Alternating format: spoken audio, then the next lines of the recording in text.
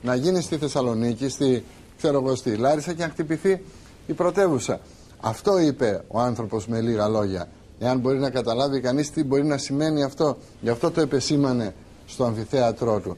Και δείτε και το τελευταίο του απόσπασμα, γιατί τώρα θα μιλήσουν οι δύο σεισμολόγοι εδώ πέρα. Προφανώς εσείς ήσασταν κοινωνός των σημάτων που πήρε θα τα πούμε όλα. Και τα οποία βέβαια δεν πήρατε το θάρρος να τα ανακοινώσετε στον κόσμο και να βγείτε μέσα από μια συνέντευξη. Ναι, γιατί θα σας έλεγαν ότι θα πανικοβάλλετε. Ναι, αλλά τώρα όμως θα είχαν κλείσει πολλά στόματα. Βέβαια υπήρξε ενημέρωση. Ενημερώσατε κάποια σεισμολογικά Ινστιτούτα. Είναι κατατεθειμένα όλα. Είναι κατατεθειμένα όλα. Τώρα θα μας τα πείτε αυτά. Πάμε να δούμε και το τελευταίο απόσπασμα όπου ο καθηγητής εξηγεί τους λόγους που αποφεύγει τη δημοσιότητα. Μιλώντας σε φοιτητές και καθηγητές του Εθνικού και Καποδιστριακού Πανεπιστημίου Αθηνών, ο καθηγητής Παναγιώτης Βαρότσος έκανε γνωστό πως εσκεμμένα και συνειδητά απέχει από τη δημοσιότητα και τα τηλεπαράθυρα, ζητώντας από τους ίδιους να βγάλουν συμπεράσματα από την απόφαση αυτή. Δέχτηκα τη Δευτέρα το πρωί, η Αιγύδα Σεισμό, Δευτέρα το πρωί, την επίσκεψη ενός φοιτητού μας. Το βλέπω εδώ. Και μάλιστα τυχαίνει να είναι και εκπρόσωπος φοιτητικής παράτασης. Μου χτύπησε δηλαδή την πόρτα. Λέει, μπορώ να σας μιλήσω? Λέω ναι. Ξέρετε, εχθές έκανα σάπτυο σε όλα τα κανάλια. Και δεν σας είδα, δεν και ανησύχησα. Γι' αυτό ήθελα, λέω να δω αν είστε καλά. Το Δευτέρα το πρωί.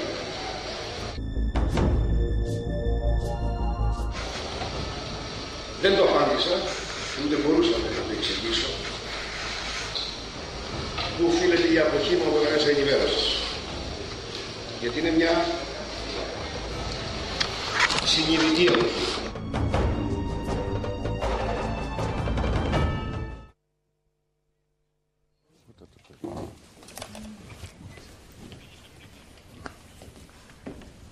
Τι να κάνουμε, κολλάνε και τα βίντεο εδώ πέρα. Συμβαίνουν αυτά στις εκπομπές ζωντανές και πάω στον κύριο Τσελέντη τώρα. Κύριε καθηγητά, εσείς πότε ενημερωθήκατε από τον κύριο Βαρότσο? Ακούστε κάτι. Τα σήματα αυτά κατεγράφησαν για πρώτη φορά στις 7 του Νοέμβρη. Εγώ τότε ήμουνα στο Περού, στη Λίμα. Εντέχθηκα στις 11 του Νοέμβρη ένα τηλέφωνο ότι κατεγράφησαν ισχυρά σήματα στο σταθμό που έχουμε συνεργασία με το ΒΑΝ στην περιοχή των Πατρών. Αμέσως ενημέρωσα τον διευθυντή του κέντρου προδρόμου που έχουμε στην Πάτρα, τον κύριο Ιφαντή, ότι κάτι τρέχει. Και όπως ξέρετε, όταν καταγραφεί ένα τέτοιο σήμα, η πείρα μας δείχνει ότι ο σεισμός θα επέλθει μεταξύ 2 εβδομάδων ή 2,5 περίπου μηνών. Αλλά όσο περνάει ο καιρός, από τη δράση στην περιοχή και από τη μορφή των σημάτων μπορούμε να προσεγγίσουμε αυτό το χρονικό διάστημα μέσα σε λίγες μέρες. Έτσι λοιπόν στις 28 του Δεκέμβρη δέχτηκα ένα τηλεφώνημα ακόμα από την ομάδα του κ. Βαρότσου, ο οποίος μας είπε ότι πλησιάζουμε για τη θράψη. Και πραγματικά είχαμε το πρώτο συμβάν που έγινε στην περιοχή της Ζακίνθου. Ένα σεισμό 5,4 ρίχτερ. Τα σήματα αυτά ήταν μια ακολουθία σήματα, ήταν πολύπλοκα σήματα. Και μάλιστα τότε η ομάδα συγκεκριμένη έβλεπε μια ζώνη. Έβγαλε μια ζώνη, η οποία εκτείνονταν από την περιοχή της Ζακίνθου μέχρι την περιοχή του Λεωνιδίου. Έχω και χάρτη εδώ να δείξω εδώ, δεν ξέρω αν μπορούμε να το δείξουμε στην κάμερα. Μπορείτε και θα έρθει η κάμερα λοιπόν, τώρα. Να το δείξουμε στην κάμερα το χάρτη. Το χάρτη, εσείς θα εδώ βλέπετε την περιοχή η οποία υπήρξε στην πρόληψη αυτή. Θα τη δείχνω εγώ την περιοχή και εσείς θα εξηγείτε. Λοιπόν, εντάξει. Βλέπετε λοιπόν αυτό το χάρτη τώρα την επίλυση των σημάτων. Εκεί που είναι το μεγάλο αστέρι είναι ο σεισμός του Λεωνιδίου. Μάλιστα. Αριστερά υπάρχει ένα μικρό αστέρι που ήταν ο σεισμός της Ζακίνθου και με το τετράγωνο βλέπετε την περιοχή η οποία ήταν η ύποπτη περιοχή.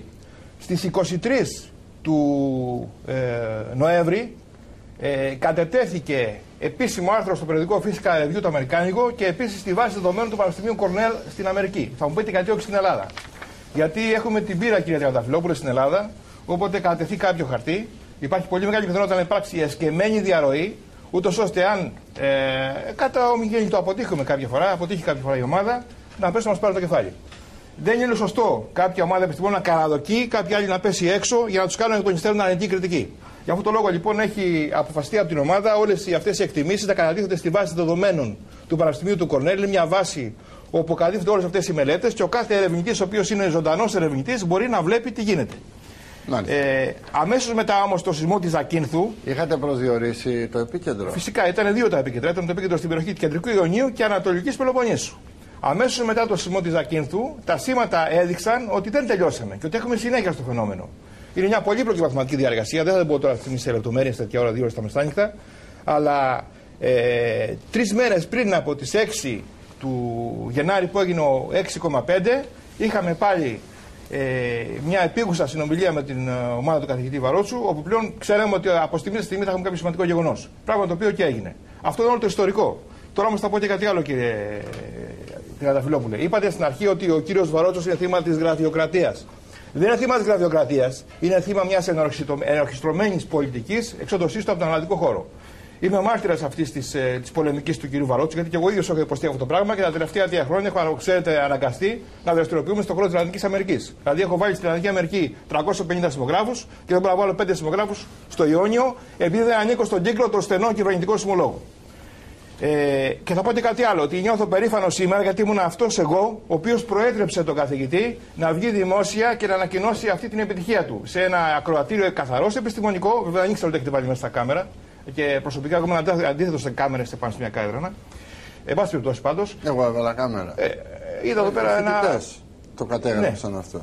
Πάση περιπτώσει. Σε μια δημόσια εκδήλωση δεν υπάρχει. Επειδή υπάρχουν κάποιες code of ethics που λέμε στο πανεπιστήμιο. Αυτά κατεγράφησαν από φοιτητές. Ναι. Και το γνωρίζετε και το γνωρίζουν όλοι. Ναι. Δεν κατεγράφησαν με κάμερα. Δεν είχαμε ανάγκη εμείς να κάνουμε χρήση, άλλωστε δεν το γνωρίζαμε. Πάντως, εγώ σας πω, είπε και ο Πίτρος, νιώθω περήφανο γιατί ήμουν αυτός τον προέτρεψε να το πει αυτό δημόσια. Γιατί πρέπει κάποια στιγμή να καταλάβουμε ότι ο Βαρότσος δεν είναι μια τελειωμένη ιστορία όπως κάποιοι θέλουν να περάσουν. Είναι μια ζωντανή ερευνητική ομάδα η οποία πραγματικά κάνει θαύματα στον διεθνή χώρο, δημοσιεύει στα καλύτερα περιοδικά αυτή η ομάδα. Γίνονται άλματα στην επιστήμη αυτή και δυστυχώς στην Ελλάδα κάποιοι θέλουν να την κατηγορήσουν. Κάποιοι οι οποίοι όταν γίνεται ο σεισμός δεν συμφωνούν για το πέτρο σεισμός. Και θα μας βρουν και θα τους βρουν μπροστά μας και πάει λέγοντας. Πείτε μου τώρα, όταν έγινε αυτή η πρόγνωση, το μέγεθος πέραν του επικέντρου το είχατε προσδιορίσει? Το μέγεθος ήταν άνω των 6.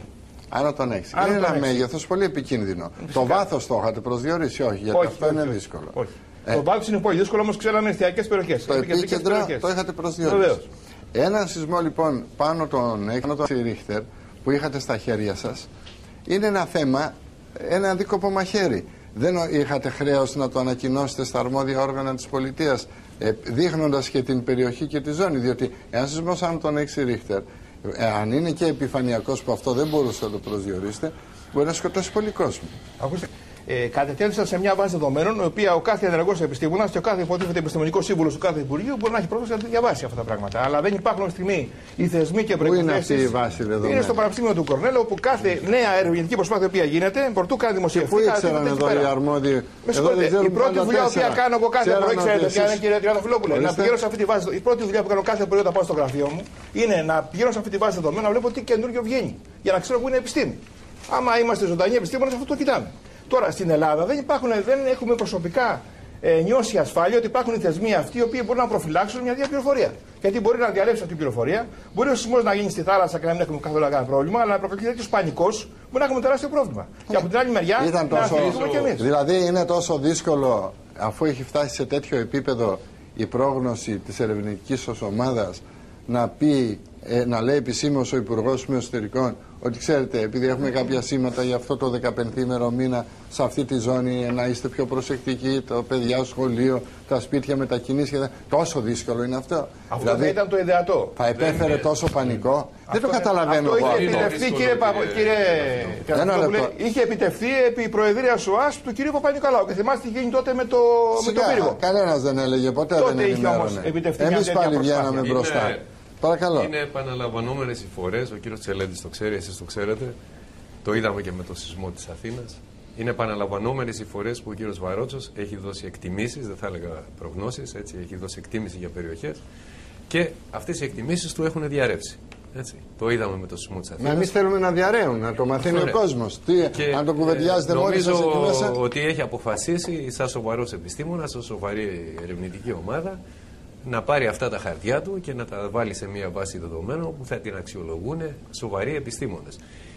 Δυστυχώς η επιτροπή στην οποία συμμετείχε και ο κ. Τσελέντης στο παρελθόν δεν έχει φανεί, δεν είχε ειδικούς ανθρώπους να εξετάσουν ηλεκτρομαγνητικά φαινόμενα και το ξέρουμε πολύ καλά. Ήταν μια επιτροπή που απαρτιζόταν από σεισμολόγους, από πολιτικούς μηχανικούς, από γεωλόγους και κανένα